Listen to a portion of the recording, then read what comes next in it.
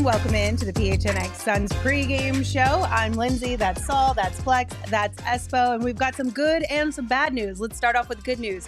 We are officially 10 days away from our very first PHNX Suns takeover at the Suns Arena when the Suns take on the Timberwolves. Come hang out with us. It's going to be a W no matter what happens on the court. We're going to have a lot of fun. And when you get your ticket, it also includes pregame festivities at the Desmond with food and beverages. So if you want to come hang out with us for our first official takeover of the season, go to gophnx.com and grab your tickets today. Y'all excited? 10 more days. Yeah, I'm excited about that. We're almost in the thick of it now. I'll let you know how excited I am when the injury report comes out that day. No, I'm excited to be there with the people. So. That leads us to the bad news. Let's take a look at the injury report for this one. Unfortunately, Devin Booker is out again today, this time with a right calf strain. Bradley Beal also remains out, and so does Damian Lee. On the Pistons side of things, Bojan Bogdanovic is out, Monte Morris is out, and Alec Burks is questionable. So before we dive into the shenanigans that is Devin Booker's lower extremities, let's hear what Frank Vogel had to say about it. He strained it in playing basketball in the game the other day. He had soreness in the ankle and soreness in the calf. So we held him out yesterday, and he got an MRI last night and rebuilt a calf strain. So there is an injury there, and he's trying to get back as quickly as possible. But he's dealt with a toe first, and then an ankle, and now a calf strain. Is this partly a result of not playing, then playing, then being out a week, then playing? Is that a result of? I'm sure that could factor in, but players playing, they get injured. It's got players that are participating every day get injured as well. So it's tough to predict exactly why. So yeah, started as a left toe, then went to the left ankle, and now it's the right calf. Everything is interconnected in this stuff. You hurt one part, it can move up if you're overcompensating, if the movement isn't right, if things aren't corrected, and that looks like what's happening here. You start compensating for a toe, you sprain an ankle, you move into the calf because you're overcompensating because the ankle isn't 100%. This is not ideal, and I know we've preached patience. I still think there can be some of that, but like I said the other day, you don't have to panic to be highly concerned. I've reached that highly concerned, and panic ain't that far around the corner right now because calves aren't something that you mess with. That's something that can extend for a longer period of time. I am massively concerned at this moment when it comes to Devin Booker for a multitude of reasons. Yeah, I mean, Frank nailed it. This kind of came out of nowhere. He overcompensated a little bit in Thursday's game. And rightfully so. I mean, like you said, you got the toe, you got the ankle. Normally when you come back from an ankle, you're going to tend to overcompensate that first time out there. And he strained a calf, and this came out of nowhere. Like, this was not something we were talking about pregame. This was not something we were talking about postgame. I had a report later in the afternoon. Really didn't hear too much about it. They did an MRI late last night just to be sure, and it's a strain. It's a mild strain, so it's unfortunate, man. I mean, I get it. Injuries happen, and I understand why the fan base would be frustrated. This is kind of like a roller coaster at this point. I don't know that we're at, we got to let this simmer a little bit, and we got to see what the next couple of days look like. But it's not ideal, and the fans have a right to be a little bit worried right now. There's no doubt about it. they got to get to the bottom of this, and if it means actually shutting them down for, a couple weeks and actually letting all this stuff subside and getting to the bottom of why it's actually happening, that's a whole different avenue. Then that's what they got to do. But right now we got no Devin Booker tonight, and we got to rally around what we got and try to get a dub. Devin Booker doesn't really get slander a lot, and I'm not going to slander him. I'm not saying that, but this is 1,000,000% on him. Mm-hmm. And I'm kind of tired of it. Mm-hmm. This is Devin Booker. I understand he's competitive. I understand sometimes things get under his skin and he wants to prove people wrong, and that's all well and good. That's why we love him. However, I could give two shits less about the second game against a San Antonio Spurs game as opposed to the duration of this season, because he's just made something that was seemingly small with the toe to the ankle. And the ankle, I would say the toe and the ankle to me don't really are not in the same category, because you saw like he fell or he tried to come to a hop stop and his ankle twisted. That's not really a toe thing. That's just, a misstep or whatever, a freak, whatever. But that did lead to the calf strain because he tried to rush himself back. There's a reason why there is a ramp up period. And as much as we absolutely hate the injury return process that a lot of these teams have, this is a reason for it. You go through these protocols, you go through a ramp-up period, you make sure everything's good, you're not favoring one leg or the other, and you're able to come back 100%. And then if you get injured, it's just another injury, right? But it's not because of a previously experienced injury. Yeah. And I don't care how upset Devin Booker gets at the organization from this point forward. He gets no say in whether or not he returns until the medical staff gives him a full stamp of approval, because he did this last year against the Nuggets on a Christmas Day game. He came back. He wasn't even close to being ready to come back, got injured within the first 2 minutes and had to come out and was gone for a whole nother month after that. Now this time you're talking about a calf injury. He should have been back this week or at the end of this week, fully healthy, ready to go. But instead now we could be looking at a situation where it's longer than that. And I'm just not happy about it. Like, you got to be better than that, Devin Booker. You 1,000,000% have to be you have to be better than that. That's your role as the face of the franchise and the superstar on this team, to make sure that you are 100% ready to go to give this team what they need. And it's not 30 points against the San Antonio Spurs. It's to raise a Larry O'Brien trophy as close as you can get to it. And this doesn't lead you to that point. You just set the clock back even more. But you've got to be better than that, Devin Booker. How much of that is on James Jones and management, though, too? Because your player, I mean, you want your players to always want to be out there, right? People will rip on players because, they don't want to play. They want to sit out. They want to rest, all these things. You want a guy with that mentality, but sometimes an organization has to protect a guy against himself as well. And I agree, Devin should probably have a better sense of that, but I also feel like the organization has to have a better sense of, no. You are our star player. You're also our major investment. We're not going to let you do this to yourself either, because he can't check himself into a game. He can't dress himself if he's inactive. So coaches, front office, they have the ultimate say in it. The problem is there is this, opinion or this perspective on the player empowerment era where you don't want to upset stars. And if Devin Booker, who has been in this franchise for quite a while, is really adamant that he's 100% and fights like hell to try and get back on that court, you can only go so far, right? You don't want to piss off, the guy. But at the same time, I think now this is 0 for 2 in Devin Booker's case.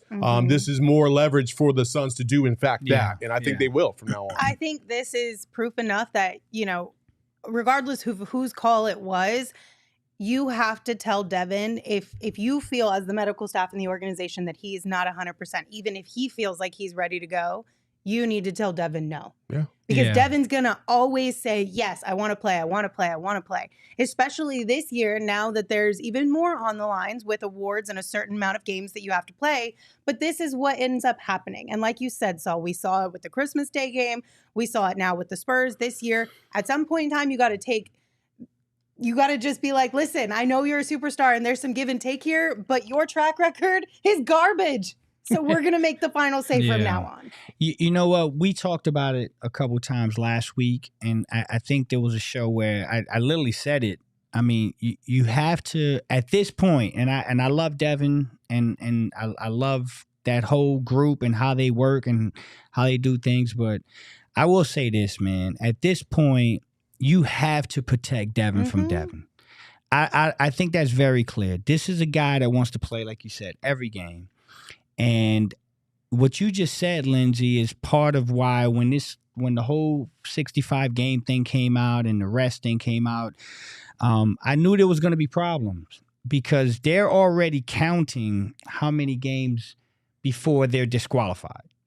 And so one game, I know he's not going into that game thinking he's going to get hurt or thinking he's going to aggravate something else.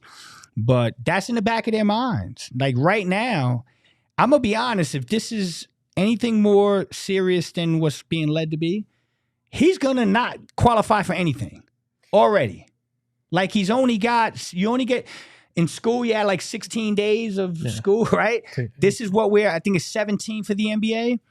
I mean, if this is extended for 2 weeks, he doesn't have any margin for error going forward. And so that's another part of the dynamic. I think these guys are looking at that, and they're going to be more prone to try to come back maybe a little sooner because of that.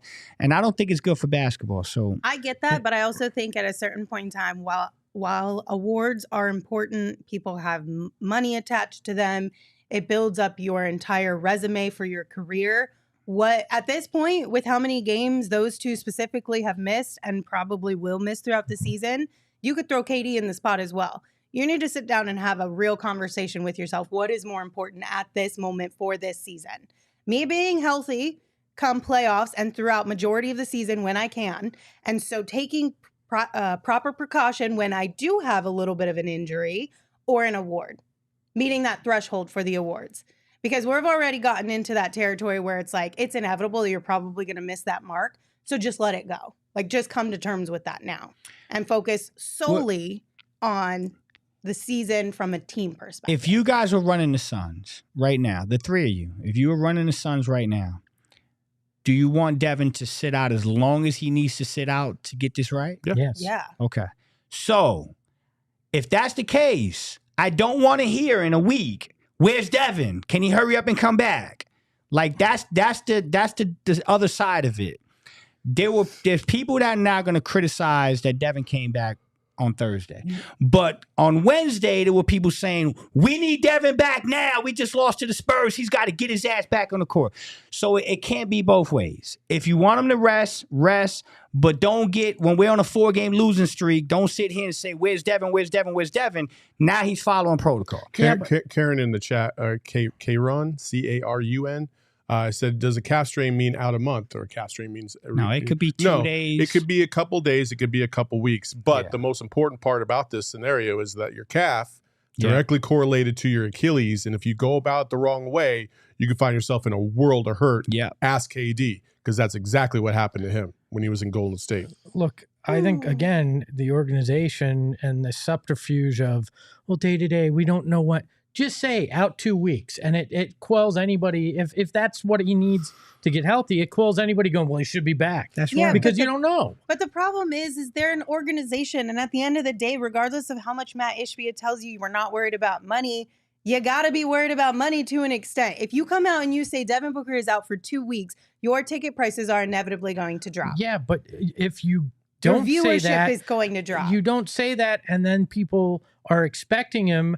and he's not there. You've got a pissed off fan base at that point, which costs you in the long term, which costs you more money. It's a give and take. Can we also talk about the elephant in the room here? Sure. The shoes. All right. I'm just going to say it. You got to consider, is that playing any part of it? And I'm sure everybody's looking into it. They're trying to understand it. But to me, you got to at least ask the question about it as well, because these are brand new shoes too. These are lower, ankle, calf, foot stuff that you're messing with. I think it's something that needs to be considered at some point as well when it comes to this, and look at that, because that could be a factor as well. And it's not just a Nike thing. We literally saw DeAndre Ayton have the same damn issues with his freaking Pumas when he first started with the Suns. It was twisted ankles. He had foot injuries left and right until they finally figured out what it was and how to fix it. So listen, man, like it could be the shoes. Like, and I know it sucks for Nike if that happens, but I mean, legitimately, like, you got to figure out what's going on, because if it is shoe related, or if at least, you know, the perception is there, you got to fix that. Because already, like, you don't think people are going to point that out right now as it is? Yeah. Hell yeah, They're are already doing it. I mean, so there you go. I don't, no lies detected. That's what I'll say. Right now, I believe they're looking at everything. And of course, they're looking at that because how could you not? Toe, ankle, calf, lower extremities. You got to look at it. And so I do believe that that's something that they're sitting around evaluating. You could, if you were Nike, you could always spin this to be like, yeah, the shoes weren't ideal, but he still dropped 30-plus points a game in them. He's averaging 31 and a half. Hey, tit for tat. I don't know. No.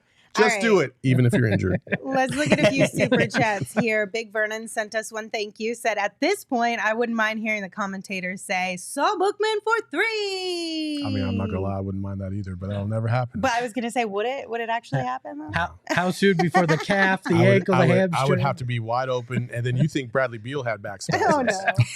Yikes. Frank sent us one and said, they don't make legs like they used to. Let's win. Let's be fair. Do you remember KJ's injuries back in the day? Oh, yeah, I think they might make him a little bit better now, but not completely foolproof. And then Psycho Blue sent us 2, actually. We'll read this one first. Said, hey, Flex, if you think things suck now, check out the Vikings' latest injury report. What is going on with our purple teams?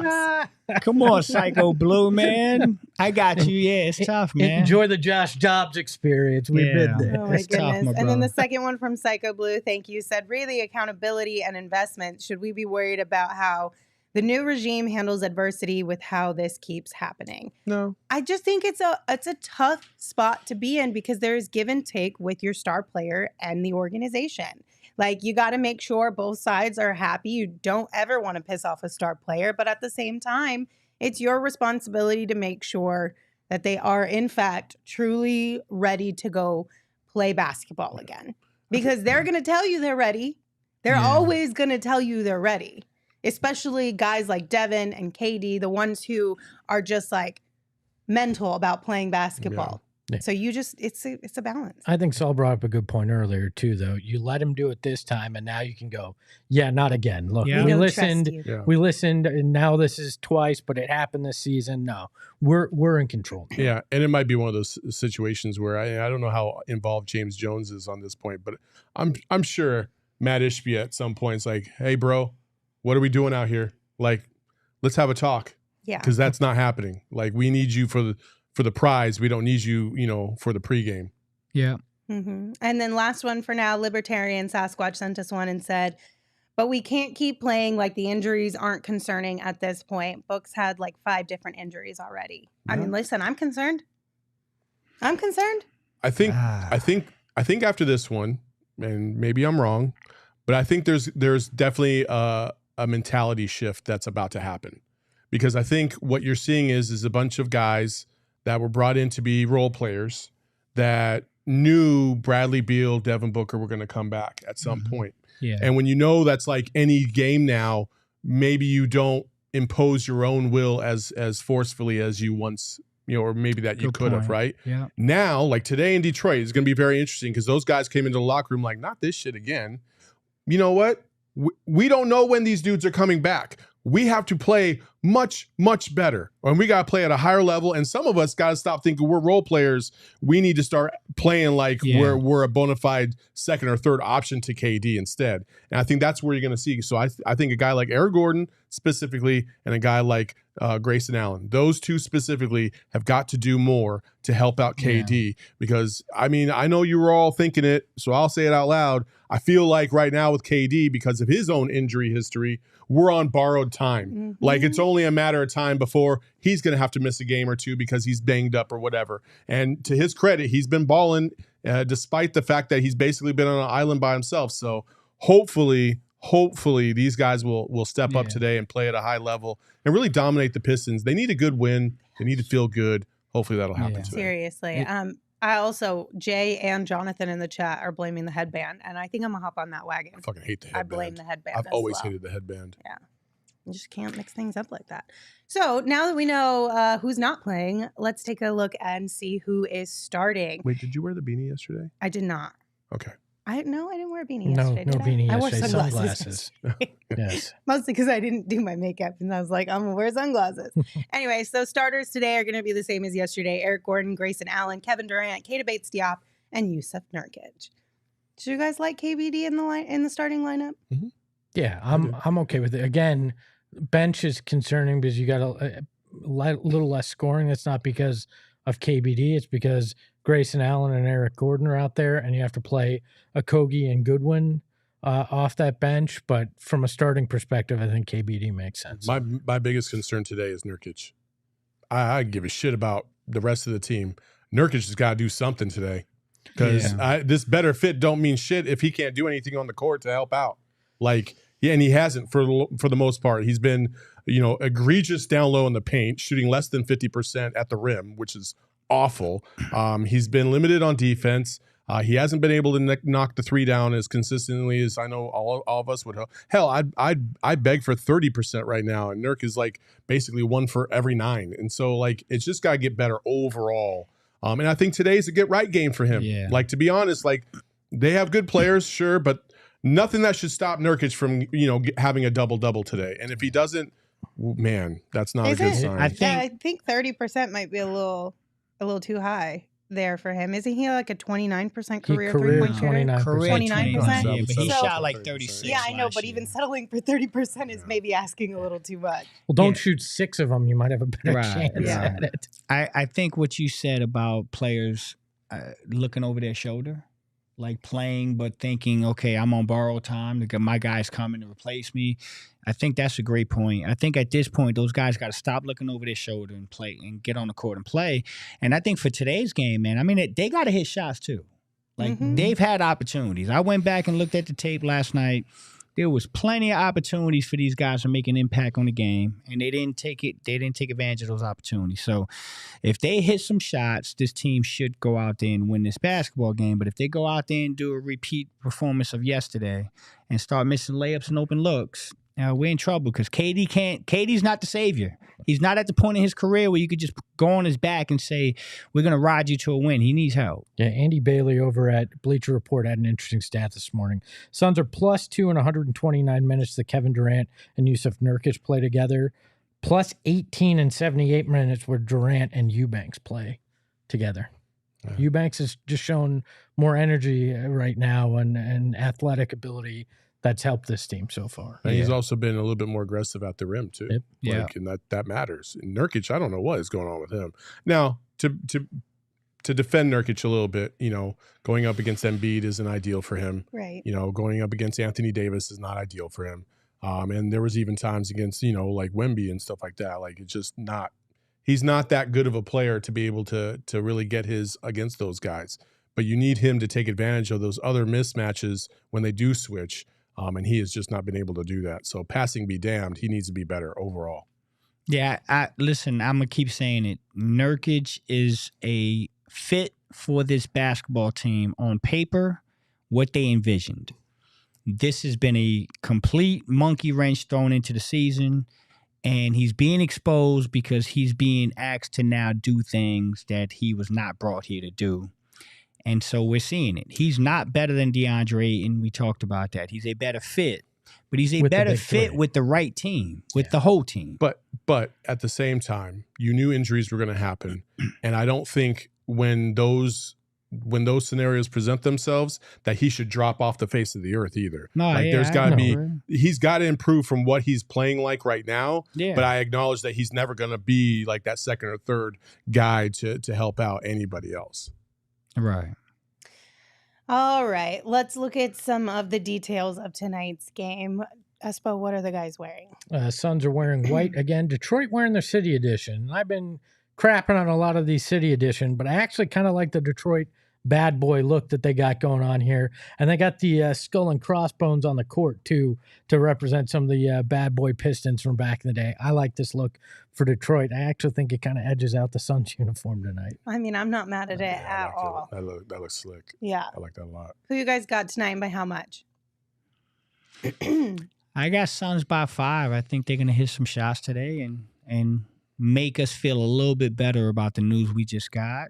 But, hey, man, I said the same thing yesterday, so I don't know. I got shrug. I have no clue with this team right now. I do not know who they are, or what the hell to expect with them. I got Suns by 1 because that means that I don't feel good about this game. Yeah. I have Suns by 4. Listen, I am trying to will this into I just need a win. The Suns need a win. Like, we're officially on a losing streak right now, and I'm not stoked about that. Like, take a win where you can get a win. And I believe that even without the guys that we have available tonight, we can beat Detroit.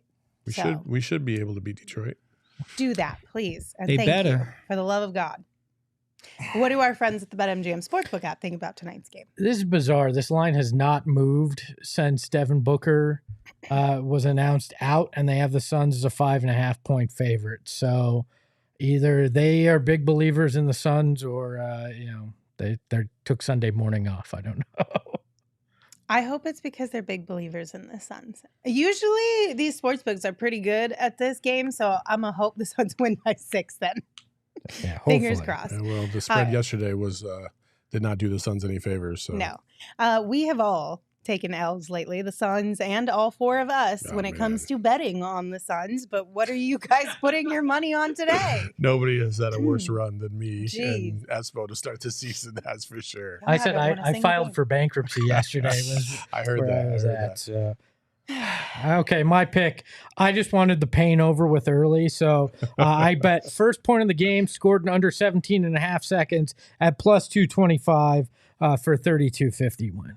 I'm not mad at you, Espo. Just get it done with. Listen, I'm right there with you. I want to rip the Band-Aid off right away. I'm rolling with Nurk again at a plus 400 for the first field goal.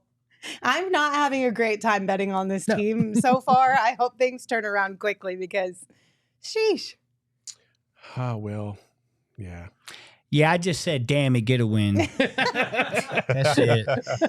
You got a what, minus Money 155? Yeah, On the money just line? get a win, guys. I don't Listen, care. I'm not mad at it, Plex. Yeah. I'm really not. Okay, well, I guess I'm the only one that had any huevos today. You did. I got plus 1,300. Suns win. Total points under 219. I can't see that shit. Yeah, 219.5. Player points, PRA of Kevin Durant, 45. That was the big one. Okay. And then Grayson Allen and Eric Gordon at minimums of 14 PRA and 20 PRA. So Okay. Plus 1,300. Those are some nice odds. The That would win- help get you right back in the thick Oh, in the mix of he'll it. be comfortably in the I'd be lead. in the lead. Yeah. Well, not comfortably, but The win might be the toughest part of that list today.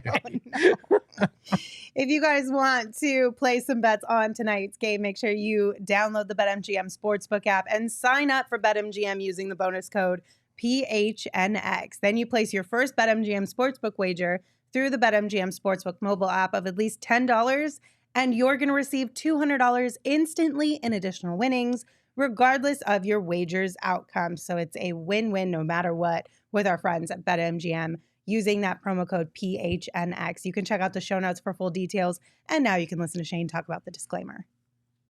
Colorado, D.C., Illinois, Indiana, Kansas, Louisiana, Maryland, Mississippi, New Jersey, Nevada, Ohio, Pennsylvania, Tennessee, Virginia, West Virginia, Wyoming. Call 877-8-HOPE-NY or text HOPE-NY 467-369 New York. Call 1-800-327-5050 Massachusetts. 21 plus to wager. Please gamble responsibly. Call 1-800-NEXT-STEP Arizona. 1-800-BETS-OFF Iowa. 1-800-270-7117 for confidential help Michigan. 1-800-981-0023 Puerto Rico in partnership with Kansas Crossing Casino and Hotel. Visit BetMGM.com for terms and conditions. U.S. promotional offers not available in D.C., New York, or Ontario. And of course, you can watch today's game on Arizona's Family Sports. To catch all the games, all you need is an antenna. There are so many different options out there at local retailers or online, indoor, outdoor, you name it. Wherever you live in Arizona, you can also visit azfamily.com and click Suns Games for listing information for your area. AZ Family is a great resource to help you find Phoenix Suns games on Arizona Family Sports. So don't miss the action. And of course, as always, be sure to join us right back here after the game wraps up for our post-game show, where hopefully we will hear some sexy sax and be celebrating a win, getting us out of this terrible losing streak that we have had to endure. Any final thoughts, gentlemen? Just get a win, please. Please play Metu a little bit more today. Lots of pleases. Hopefully we have a lot of thank yous in the post-game show. We'll see you guys later. Bye. We all silly like the mayor.